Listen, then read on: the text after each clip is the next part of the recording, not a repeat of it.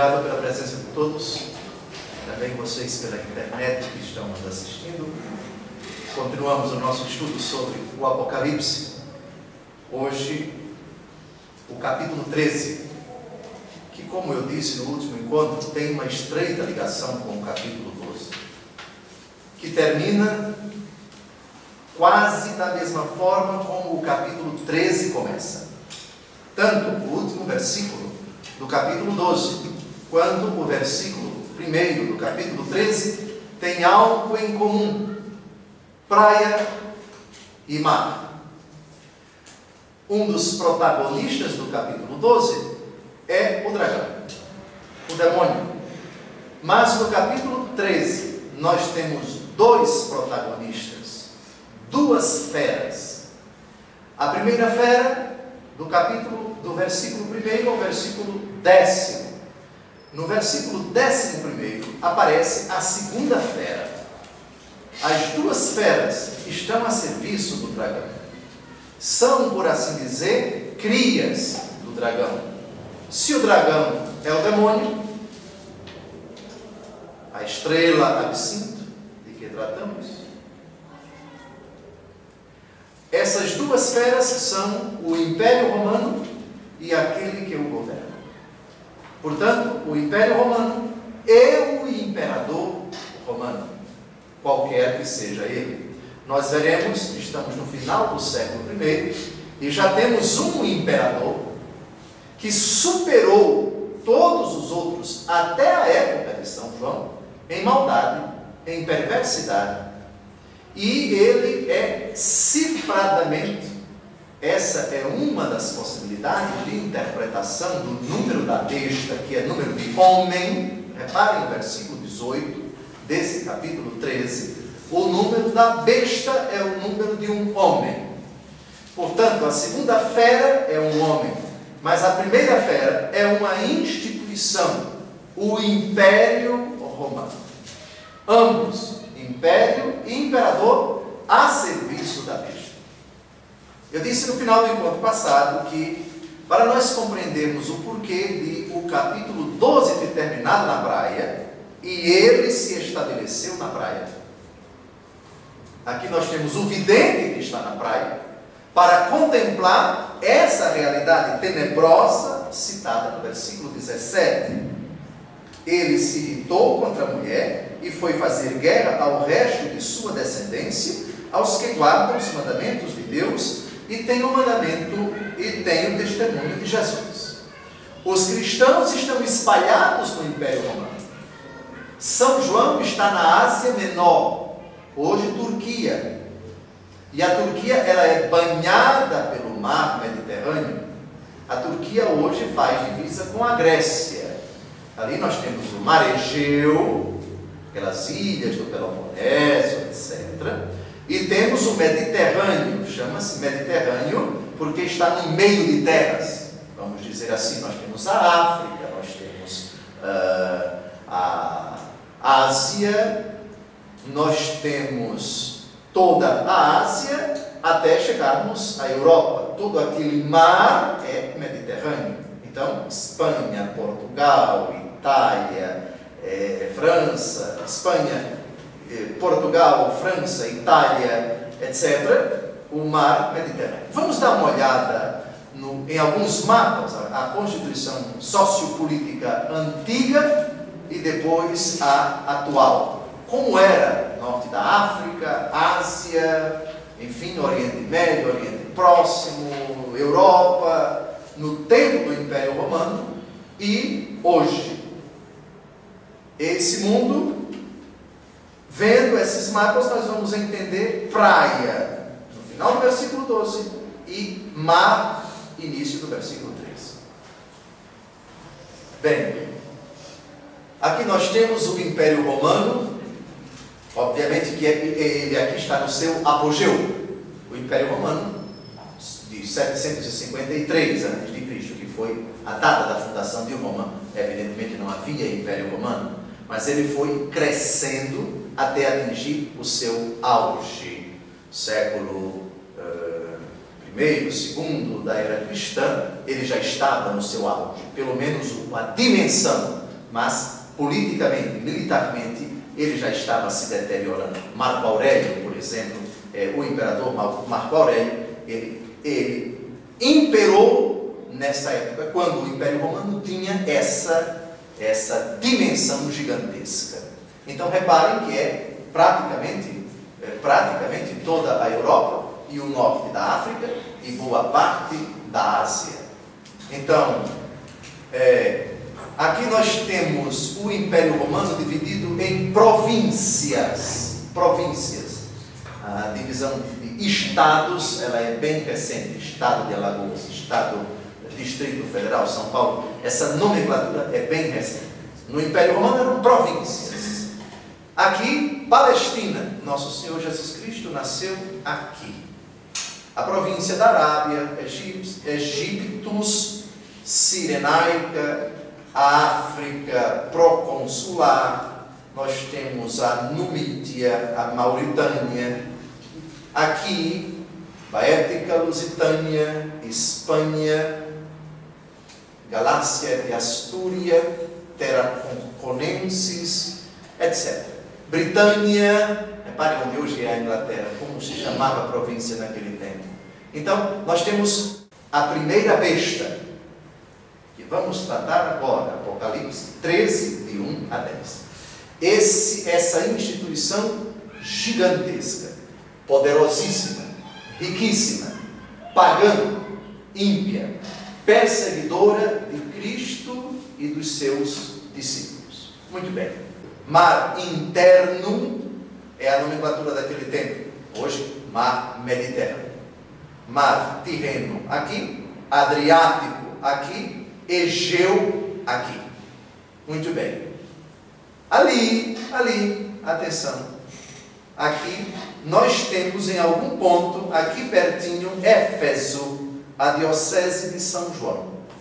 E em algum ponto pequeniníssimo, aqui no Mar Egeu, a ilha de Patmos, que nós vamos ver daqui a pouco.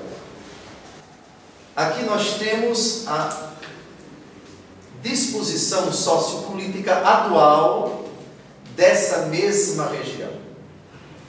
Norte da África, Tunísia, Líbia, Egito, aqui nós temos Argélia e aqui Marrocos. Muito bem.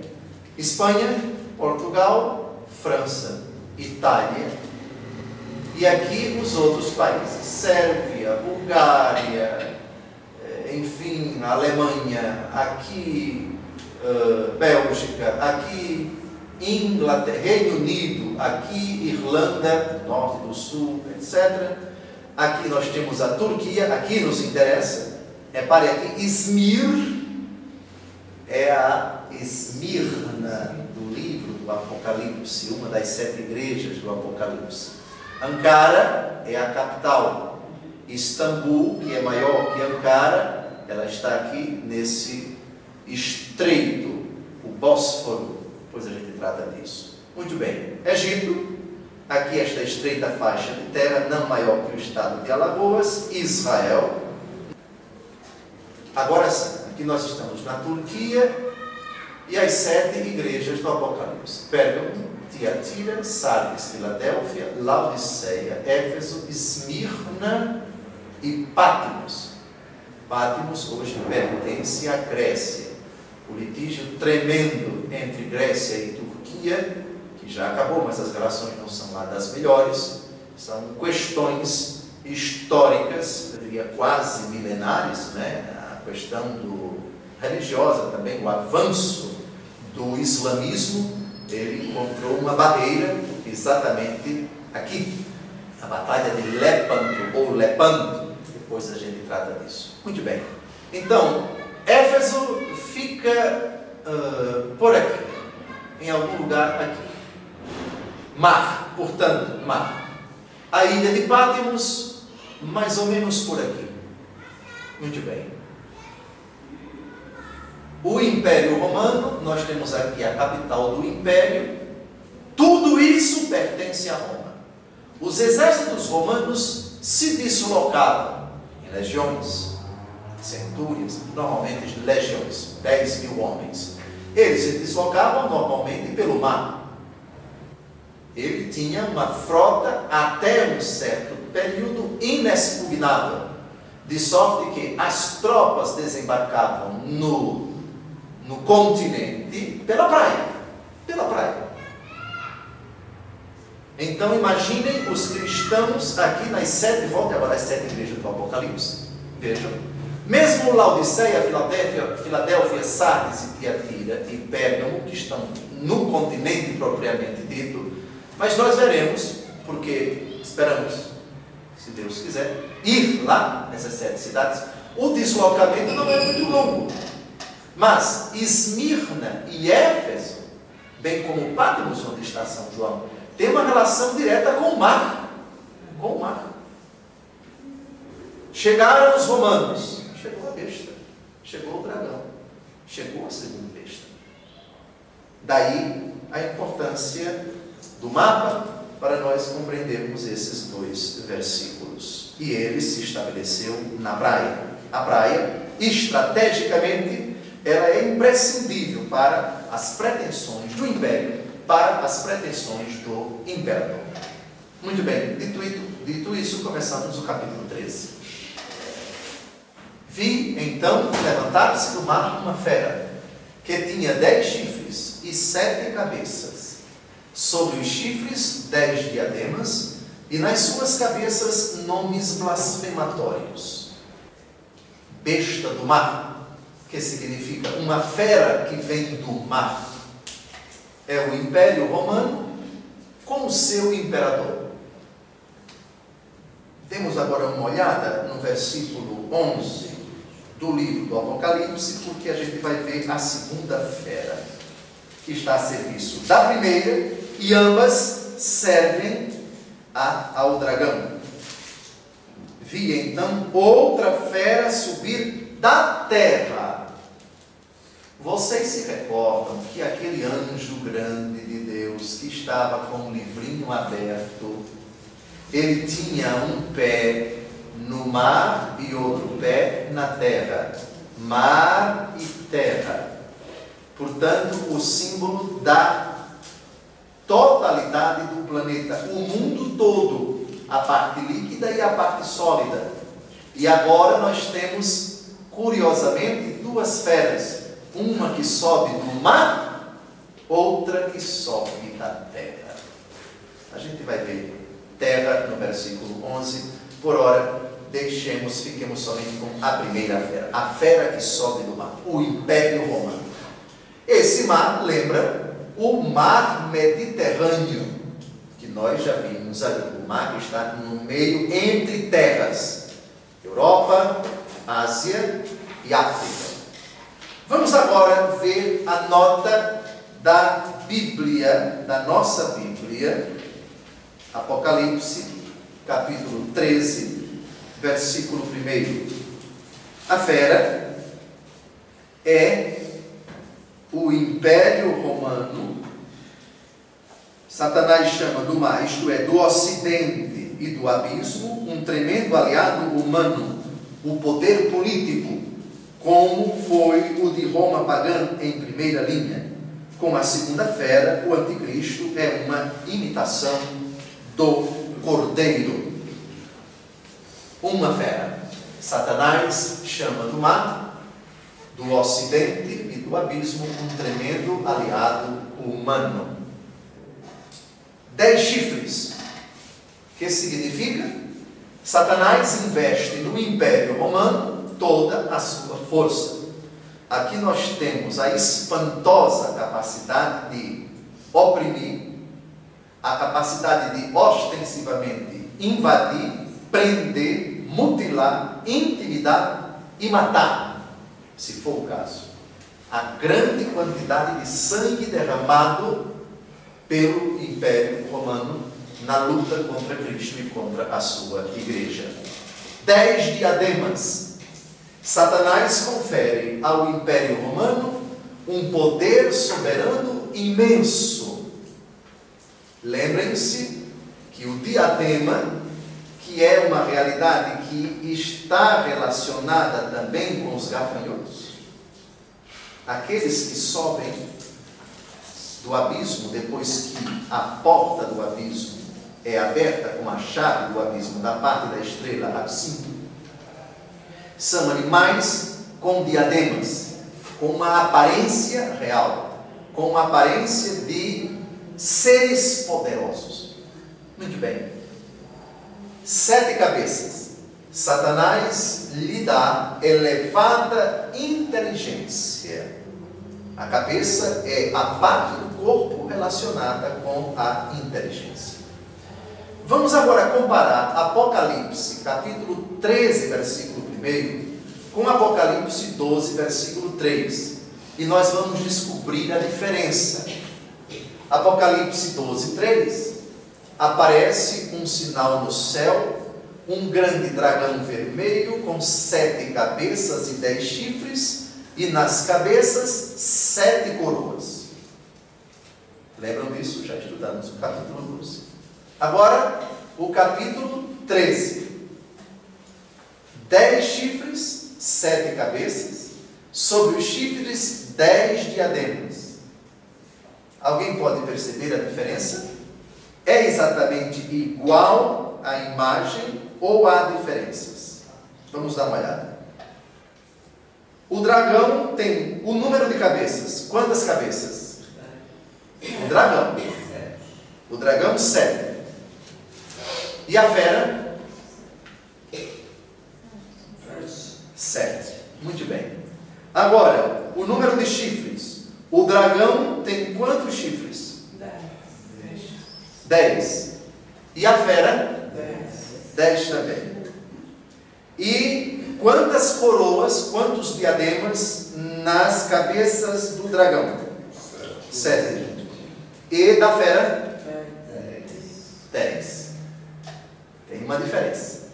Muito bem. Mas temos alguma outra coisa para ver também. O livro do Apocalipse, capítulo 19, Apocalipse 19, versículo 12. Aqui, o texto se refere a Jesus. O texto se refere a Jesus. Vamos ver a partir do versículo 11, Apocalipse 19. Vi ainda o céu aberto. Eis que aparece um cavalo branco. Lembram? O primeiro dos 4 cavaleiros do Apocalipse. Cavalo branco, a palavra de Deus, Cristo Jesus. Seu cavaleiro chama-se Fiel e Verdadeiro, e é com justiça que ele julga e guerreia. Agora, tem olhos flamejantes, há em sua cabeça muitos diademas, e traz escrito um nome que ninguém conhece. Jesus tem muitos diademas. O diadema representa o quê? A realeza e o poder. Jesus tem muito poder. Agora dê uma olhada no versículo 1. 10 diademas. 10. O demônio, a fera, 10. O dragão também. Mas Jesus tem muitos diademas. 10 é um número pequeno. Jesus tem muitos. Agora vejam a conclusão que a gente tira. O demônio é um hábil imitador. O demônio tenta passar para as pessoas que o poder está nas mãos dele, que ele é o rei. Lembram do que ele disse a Jesus na terceira tentação no deserto? Tudo isso será teu, se prostrado me adorares. Tudo isso me foi dado. Tudo isso me foi dado. Na primeira carta de São João, capítulo 5, versículo 19, há essa frase surpreendente. O mundo jaz sob o poder do maligno. O mundo jaz sob o poder do maligno. Diademas. O demônio passa a ideia de que ele é quem dá as regras, de que ele é quem está vencendo. É a propaganda do mal que leva as pessoas a dizerem: não, mas hoje a coisa está mudada. Hoje o normal é isso. Hoje todo mundo faz. Hoje a banda voa. Hoje mudou. Hoje tudo é permitido. Porque vejam como ele venceu. Vejam, todo mundo faz. Vejam a propaganda, o bombardeio daquela novela que mostra duas pessoas do mesmo sexo se beijando, dormindo juntas, duas pessoas fazendo isso, fazendo aquilo outro. Os diademas. A realeza, o poder que ele tem, a capacidade que ele tem de se articular, de vender, de convencer, de iludir, de seduzir as pessoas. É um imitador barato. 10 diademas. A fera, a instituição a serviço dele, também tem diademas. A instituição, eu posso tudo. Inclusive, tolher a liberdade das pessoas. Desrespeitar o direito das pessoas. Não permitir que tais pessoas exerçam o seu direito. Quem pode negar que as instituições, podemos até dizer governamentais hoje, como esses diademas, impondo para os cristãos? Vocês sabiam que o número de cristãos no Iraque hoje é praticamente zero? Zero. Ameaçados de morte, igrejas destruídas, as casas dos cristãos invadidas. Ser cristão hoje é um crime, é um risco de morte em determinados países. O avanço da instituição, a fera, para massacrar com esse poder descomunal os cristãos. Muito bem. Então, interessante comparar os diademas da fera, os diademas do dragão, com os diademas de Jesus. Mas tem mais. Apocalipse 17, de 9 a 10. 17, de 9 a 10. Vamos agora interpretar o que são essas diademas, esses diademas. O que são essas cabeças. Vejam, essa fera, do capítulo 13, tem 7 cabeças, 10 chifres, e sobre os chifres, 10 diademas. Muito bem. Explique-nos, Dom José, essa imagem. Apocalipse 17, de 9 a 10. Aqui se requer uma inteligência penetrante. As 7 cabeças são 7 montanhas sobre as quais se assenta a mulher, chamada no capítulo 17 de Babilônia. Caiu, Babilônia Grande, morada dos demônios. A cidade de Roma tem 7 colinas. 7 colinas. A capital do Império Romano. É lógico que hoje ela está toda habitada, a população de Roma, eu acho que ultrapassa a casa de 2 milhões, ou quase 3 milhões de habitantes, enfim, mas 7 colinas. 7 colinas. Então vejam, Apocalipse 17, de 9 a 10, as 7 cabeças são 7 montanhas sobre as quais se assenta a mulher. Mas o versículo 10 dá uma outra interpretação também. Leiamos. São também 7 reis. 5 já caíram. 1 subsiste. O outro ainda não veio. E quando vier, deve permanecer pouco tempo. 7 reis. Os imperadores romanos. Então vejam, o próprio Apocalipse explica em outro lugar o que está em um determinado lugar. Então, nós já sabemos, a fera é o Império Romano. Capital do Império Romano, Roma. Roma tem 7 colinas. 7 reis também, de novo, versículo 10, 7 reis, 5 já caíram, 1 subsiste, o outro ainda não veio, e quando vier, deve permanecer pouco tempo. De fato, a história do Império Romano, a história dos imperadores, é uma história marcada de intrigas, de disputas, de rivalidades. Quando não é assassinado, é envenenado, enfim, e pouco tempo. Pouco tempo. Dificilmente um imperador romano morre de idade avançada. Dificilmente. Marco Aurélio parece, imperador, poeta, enfim, parece que ele foi assassinado, mas não é certo. Era um imperador querido, em termos, pela grande maioria do império, porque era um imperador pacífico. Mas isso é muito tempo depois da morte de Nosso Senhor Jesus Cristo, muito tempo depois da morte de São João. Muito tempo. Muito bem. Vejam, nomes blasfematórios. Nomes blasfematórios. São títulos excelsos com que se arroga a pretensão de ser o próprio Deus. A divina Roma. A eterna Roma.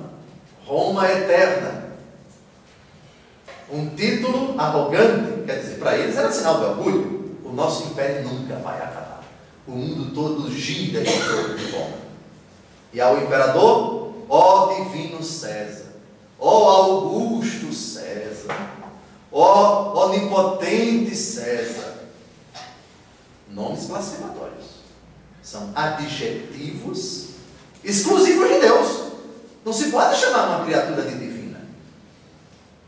Uma das moedas do Império Romano, e quem vai no museu e procura as moedas cunhadas pelo Império na época de Jesus, século I, segundo da era cristã, nós temos de um lado a efígie do imperador, com, outro lado, o valor da moeda, e uma expressão latina, divus et pontifex maximus.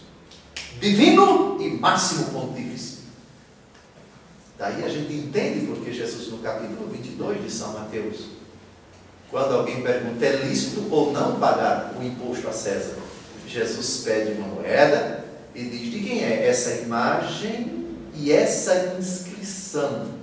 Depois vocês vejam lá no versículo 21 de Mateus 22. De quem é essa imagem e essa inscrição? Vejam depois a inscrição. É de César. Aí Jesus diz educadamente, dai a César o que é de César, e a Deus o que é de Deus. Ou seja, César não pode ter esse título, não. Divus é divino. César não é divino. Dê a ele o que é dele, a honra que é própria de uma criatura, mas divino não. A Deus o que é de Deus. Isso daí, divus é de Deus. Nomes blasfematórios. Entenderam? A arrogância do império, do próprio imperador também, em exigir que os vassalos, que os súditos do império o tratem como Deus. E a própria instituição, o próprio império, seja tratado como algo divino. Esse é o nome blasfematório. Muito bem. Versículo 2. A fera que eu vi era semelhante a uma pantera, os pés como de urso e as fauces como de leão. Deu-lhe o dragão o seu poder, o seu trono e grande autoridade. Essa imagem é tirada quase que literalmente de Daniel, capítulo 7. Como nós sabemos, o apóstolo e evangelista João conhece profundamente o Antigo Testamento. Nesse capítulo 7, Daniel, nós temos 4 feras que representam 4 impérios. Vamos dar uma olhada no capítulo 7 de Daniel para a gente entender por que São João atribuiu ao Império Romano essa imagem no versículo 2. Assim se manifestou. Via no transcurso de minha visão noturna os 4 ventos do céu precipitarem-se sobre o grande mar. Surgiram das águas, atenção, lembram? As águas, surgiram das águas o Império Medo, o Império Persa, o Império Babilônio e o Império Macedônio. Vamos ver. Surgiram das águas 4 grandes animais diferentes uns dos outros. O primeiro parecia-se com um leão, mas tinha asas de águia. Enquanto o olhava, suas asas foram-lhe arrancadas, foi levantado da terra e erguido sobre seus pés como um homem, e um coração humano lhe foi dado. Apareceu em seguida outro animal semelhante a um urso. Erguia-se sobre um lado e tinha a boca entre seus dentes 3 costelas. Diziam-lhe: vamos, devora bastante carne. Depois disso vi um terceiro animal idêntico a uma pantera, que tinha nas costas 4 asas de pássaro. Tinha ele também 4 cabeças. O império lhe foi atribuído. Finalmente, como eu contemplasse essas visões noturnas, vi um quarto animal, medonho, pavoroso e de uma força excepcional. Possuía enormes dentes de ferro, devorava, depois triturava e pisava aos pés o que sobrava. Ao contrário dos animais precedentes, ostentava 10 chifres. Então a gente já sabe que São João está profundamente familiarizado com a linguagem apocalíptica dos profetas. E esses profetas, ao descrever a ação da história, a intervenção dos impérios no seu tempo e nos tempos vindouros e nos tempos idos, eles utilizam essa imagem. Agora, vamos à nota da Bíblia Ave Maria. Os seus traços híbridos sintetizam os das 4 feras de Daniel, capítulo 7. Evocam eles a ferocidade aparentemente suave, a força bruta e o orgulho sanguinário. Seu trono. Deu-lhe o dragão o seu poder, o seu trono e grande autoridade. É uma paródia da entronização do cordeiro feita por um dragão decaído diante das ondas amargas, imagem da instabilidade do seu poder restante. Entretanto, o mundo deixa-se prender por ele. Dei uma olhada, pés como de urso. Pés como de urso. Vocês sabem que a força do urso está precisamente nas suas patas. Pantera. Ela tem uma ferocidade aparentemente suave. É um animal bonito de se ver. Ela não faz barulho ao atacar a presa, como o leão, como o leopardo. A pantera se desloca, ela tem a parte dos seus pés, ela tem uma plumagem que ajuda a diminuir o barulho das patas quando elas batem na folhagem, na terra, enfim. É silenciosa, mas ela é extremamente agressiva, extremamente forte, extremamente violenta, ferocidade aparentemente suave. Roma tratava os seus cidadãos, e era preciso uma política para enganar, para iludir as pessoas. Lembram do binômio pão e circo? Roma possibilitava para os seus cidadãos momentos de diversão, enfim. Vejam vocês como o nosso imperador é bom, ele possibilitou isso, ele fez tal estrada, ele construiu tal aqueduto, ele fez isso, fez aquilo outro. Uma política para enganar mesmo, para mantê-los aqui debaixo da sua mão, do seu cajado, do seu bastão. Então tudo isso foi feito para vocês. Agora obedeça. A Pax Romana, a paz Roma, que é a paz dos seus cidadãos. Que você obedeça, que você não conteste o imperador, que você acate as ordens do imperador, porque também se você não acatar, você morre mesmo. Então é uma aparência de suavidade, mas que esconde essa ferocidade. Muito bem. E o trono deu-lhe o dragão, ou seja, o demônio deu o seu poder ao império. Sente-se, você está acima de todos, você pode tudo. Você é o império indestrutível, incomparável, inexpugnável, e a autoridade é dada para você. Essa última palavra desse versículo é uma paródia da frase de Jesus no final do Evangelho segundo Mateus. Toda a autoridade lhe foi dada no céu e na terra. Ide. E o dragão diz: eu dou autoridade para você. Entenderam a paródia? O demônio é um imitador de Jesus. Tudo que ele propõe às pessoas, como ele se apresenta como um imitador de Jesus. O que ele propõe às pessoas, algo parecido com o que Jesus propõe. Só que ele é sedutor. É um mentiroso. Suas ardilosas propostas, sua tática é para enganar, para iludir, para mentir. Ele seduz a pessoa, dá poderes à pessoa, mas contanto que a pessoa a sirva, seja escrava dele, e no exercício daquilo que ela recebe do dragão, é para perseguir, é para insultar, é para mutilar, é para intimidar, é para matar, é para levar ao sofrimento, à dor, à angústia, à perda da fé, enfim.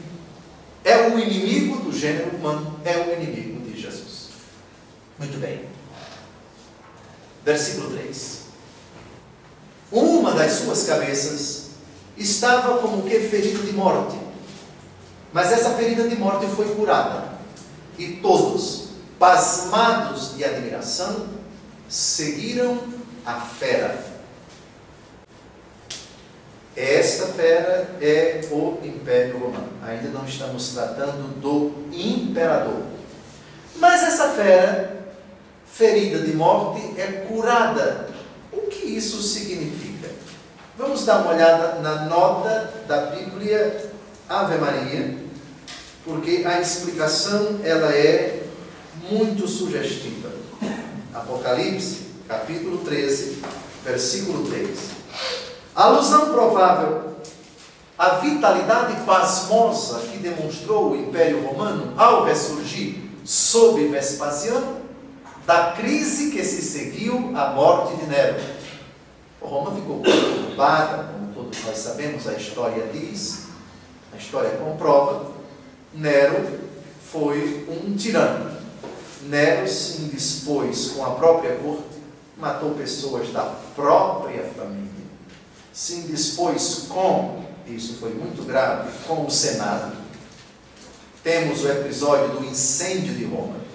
Nesse período, temos a morte de São Pedro e também de São Paulo. E com a morte de Nero, o império ficou convulsionado.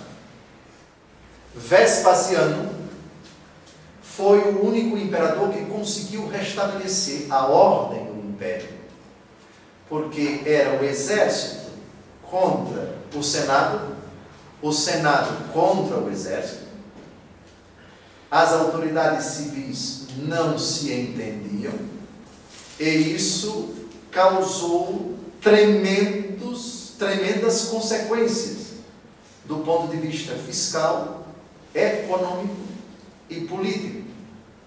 O vidente se refere ao restabelecimento da ordem do Império Romano depois da crise que se seguiu à morte de Nero.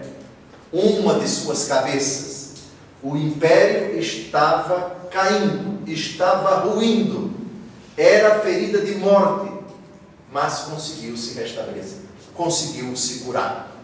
Ou Roma se une, ou os poderes voltam a ser concentrados numa única pessoa, que é o sinal da unidade do império, ou nós vamos ruir, ou acabamos com a nossa briga, ou deixamos de lado nossas diferenças, ou de longe invadem as fronteiras do nosso império, os nossos inimigos, e não vamos subsistir. Vespasiano conseguiu isto. Mas o império estava fadado à destruição, como de fato isso veio a acontecer. Mas não é para agora. Próximo versículo. Volte um pouco o versículo 3. E todos, pasmados de admiração, seguiram a fera. Seguir a fera é submeter-se ao império. A fera é o império. Pasmados de admiração pela capacidade de soerguimento, de reorganização, pelo poder descomunal que ainda o Império Romano tem. Ele é detentor dessa força enorme e Roma ainda tem muitos seguidores por causa disso. Versículo 4. E prostraram-se diante do dragão, atentos, não é diante da fera, o dragão aqui é o demônio.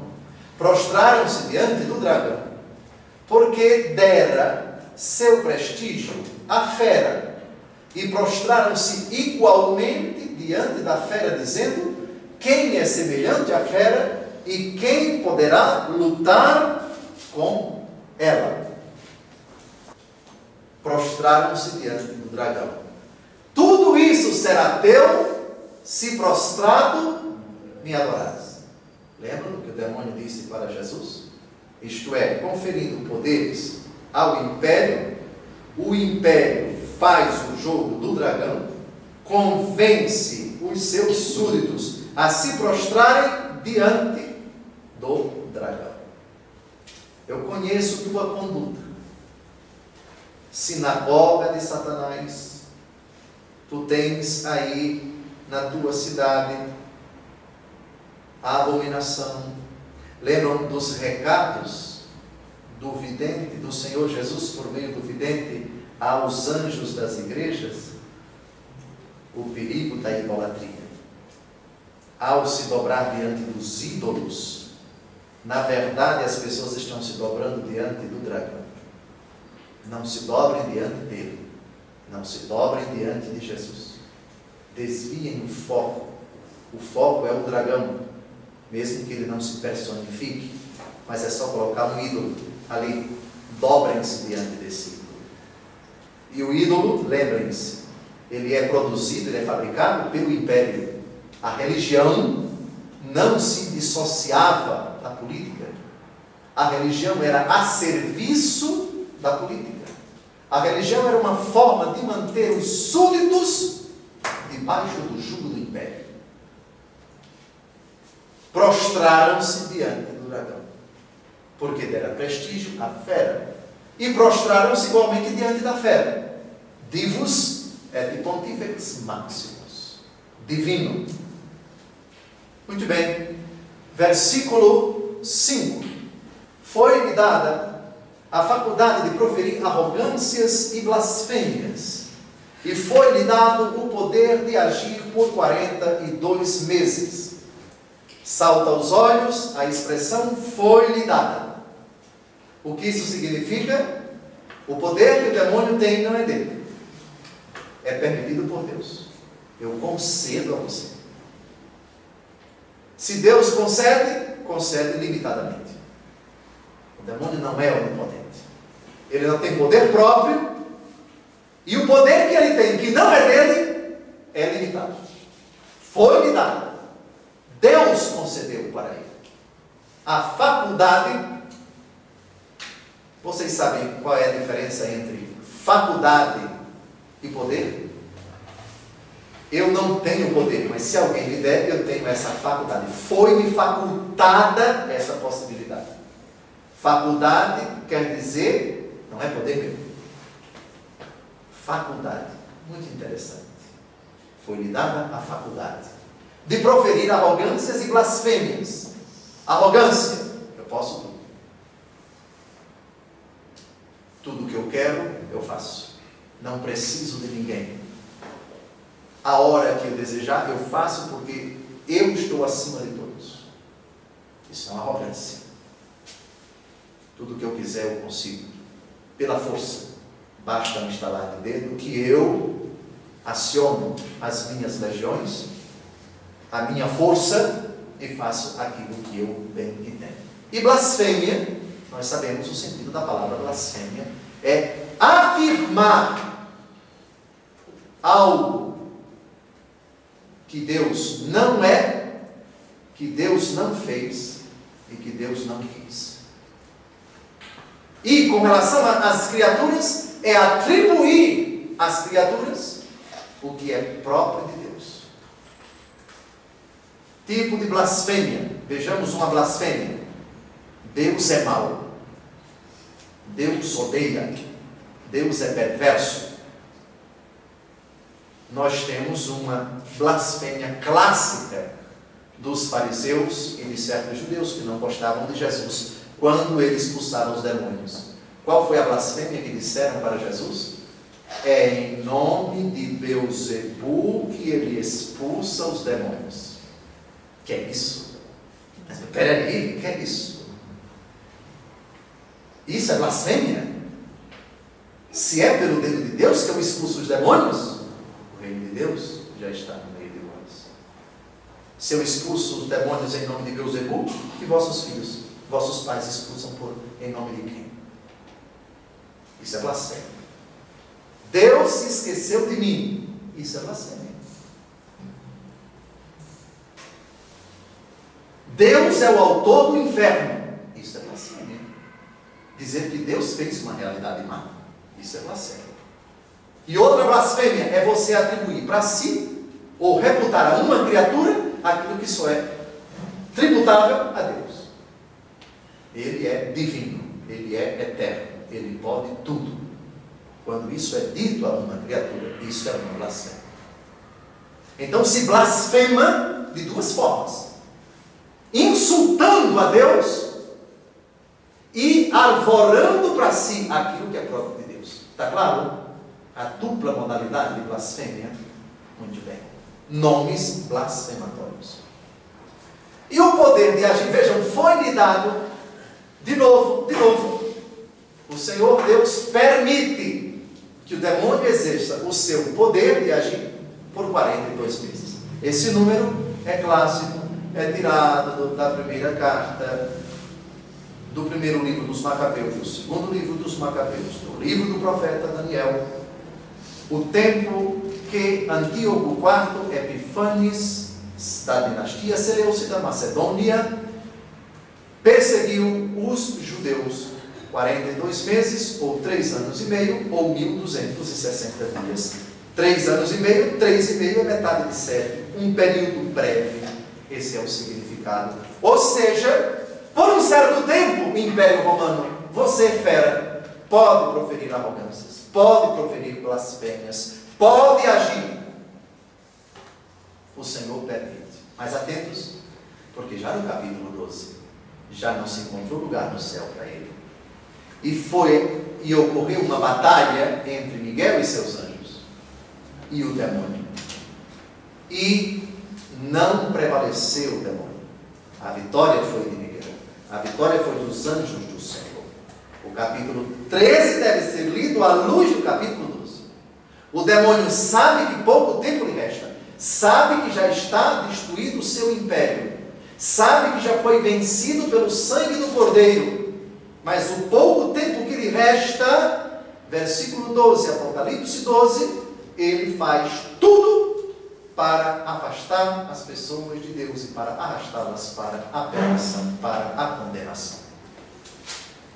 Muito bem, 42 meses, nem vamos citar vamos citar Apocalipse 11, 2 e 12, versículos 6 e 14. É o número dos 1060 dias, 260 dias, não é? O átrio fora do templo, porém, deixa-o de lado e não meças, foi dado aos gentios que hão de calcar aos pés a cidade santa por 42 meses. Já estudamos esse capítulo, o número que aparece, agora capítulo 12, versículo 6. Também já estudamos, a mulher fugiu então para o deserto, onde Deus lhe tinha preparado um retiro para lhe ser sustentada por 1260 dias. Também 3 anos e meio, ou 42 meses. E o versículo 14, mas à mulher foram dadas 2 asas de grande águia, a fim de voar para o deserto, para o lugar de seu retiro, que é alimentada por um tempo, 2 tempos e a metade de um tempo, fora do alcance da cabeça da serpente. Muito bem. Esse número, eu acredito que já citei para vocês o Antigo Testamento, onde ele aparece. Vamos a Daniel, capítulo 7. Daniel, capítulo 7, de 24 a 25. Os 10 chifres indicam 10 reis levantando-se desse reino, mas depois dele surgirá outro diferente que destronará 3. Proferirá insultos contra o Altíssimo e formará o projeto de mudar os tempos e a lei. E os santos serão entregues ao seu poder durante um tempo, tempos e metade de um tempo. Aqui se trata de Antíoco IV Epifanes. Mas vamos ver um outro texto, o primeiro livro dos Macabeus, capítulo 1, versículo 24 Deem uma olhada no versículo 16, primeiro livro dos Macabeus, capítulo 1, versículo 16.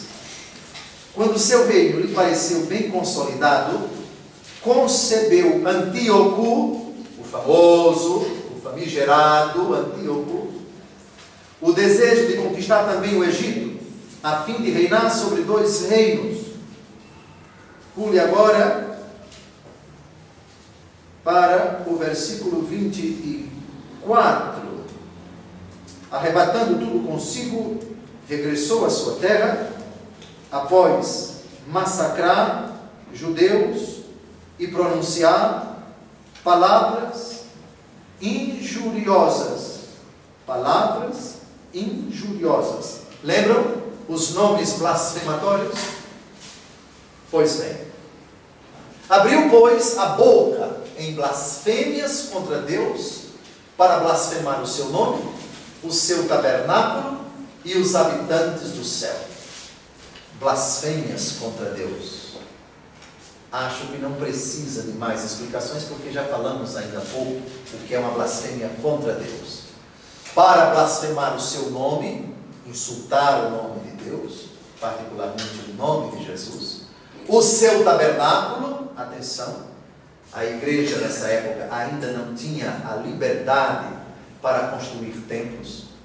Aqui estamos nos referindo ao tabernáculo de Deus no meio dos homens, que é o próprio Jesus. O Verbo se fez carne e armou a sua tenda no meio dos homens. Ele falava do seu corpo: destruam esse templo, eu o reconstruirei em 3 dias.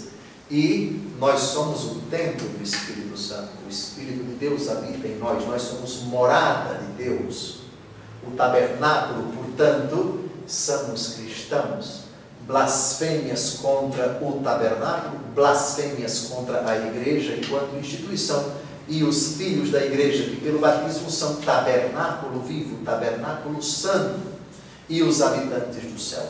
Os habitantes do céu não são apenas aqueles que já se encontram lá na glória, mas também cada um de nós. Por favor, segundo aos Tessalonicenses 2, de 3 a 4, ninguém de modo algum vos engane, porque primeiro deve vir a apostasia, e deve manifestar-se o homem da iniquidade, o filho da perdição, o adversário, aquele que se levanta contra tudo o que é divino e sagrado, a ponto de tomar lugar no templo de Deus e apresentar-se como se fosse Deus. Eu considero essa profecia como algo extremamente grave. Deem uma olhada no versículo 6 e vejam o incrível paralelo com esse texto de São Paulo. O adversário, aquele que se levanta contra tudo o que é divino e sagrado, a ponto de tomar lugar no templo de Deus e apresentar-se como se fosse Deus. Mas de que realidade nós estamos tratando aqui? São Paulo não entra em detalhes, mas virá um tempo em que essa subversão será uma realidade. Levantar-se contra tudo que é divino e sagrado, em todos os frontes: político, social, econômico, familiar, institucional, não institucional, sociológico, antropológico, político, filosófico, em todos os âmbitos, para tomar lugar no templo de Deus e apresentar-se como se fosse Deus. E para completar, temos ainda Efésios 2,19. Consequentemente, já não sois hóspedes nem peregrinos, mas sois concidadãos dos santos e membros da família de Deus. Esse texto eu citei para ilustrar que esses habitantes do céu somos nós. Nós, os habitantes do céu. Porque, diz São Paulo, não sois hóspedes nem peregrinos, sois concidadãos dos santos. Já somos cidadãos do céu. Somos habitantes do céu. Portanto, quando a fera abre a boca, era para blasfemar contra Deus, contra o nome de Deus, contra os cristãos, contra a igreja e a instituição, tabernáculo A igreja de todos nós, a igreja é a morada de Deus, e cada batizado é templo do Espírito Santo, é templo onde habita a Trindade. Eis que eu estou à porta e bato, se alguém abrir, entrarei e cearemos juntos, eu com ele e ele comigo. E os habitantes do céu somos nós, que não somos hóspedes nem peregrinos, já somos cidadãos do céu. Nossa morada não é aqui, estamos a caminho da nossa morada. Muito bem, terminamos o nosso encontro, continuamos, se Deus quiser, o versículo 7, a partir do próximo encontro. Boa.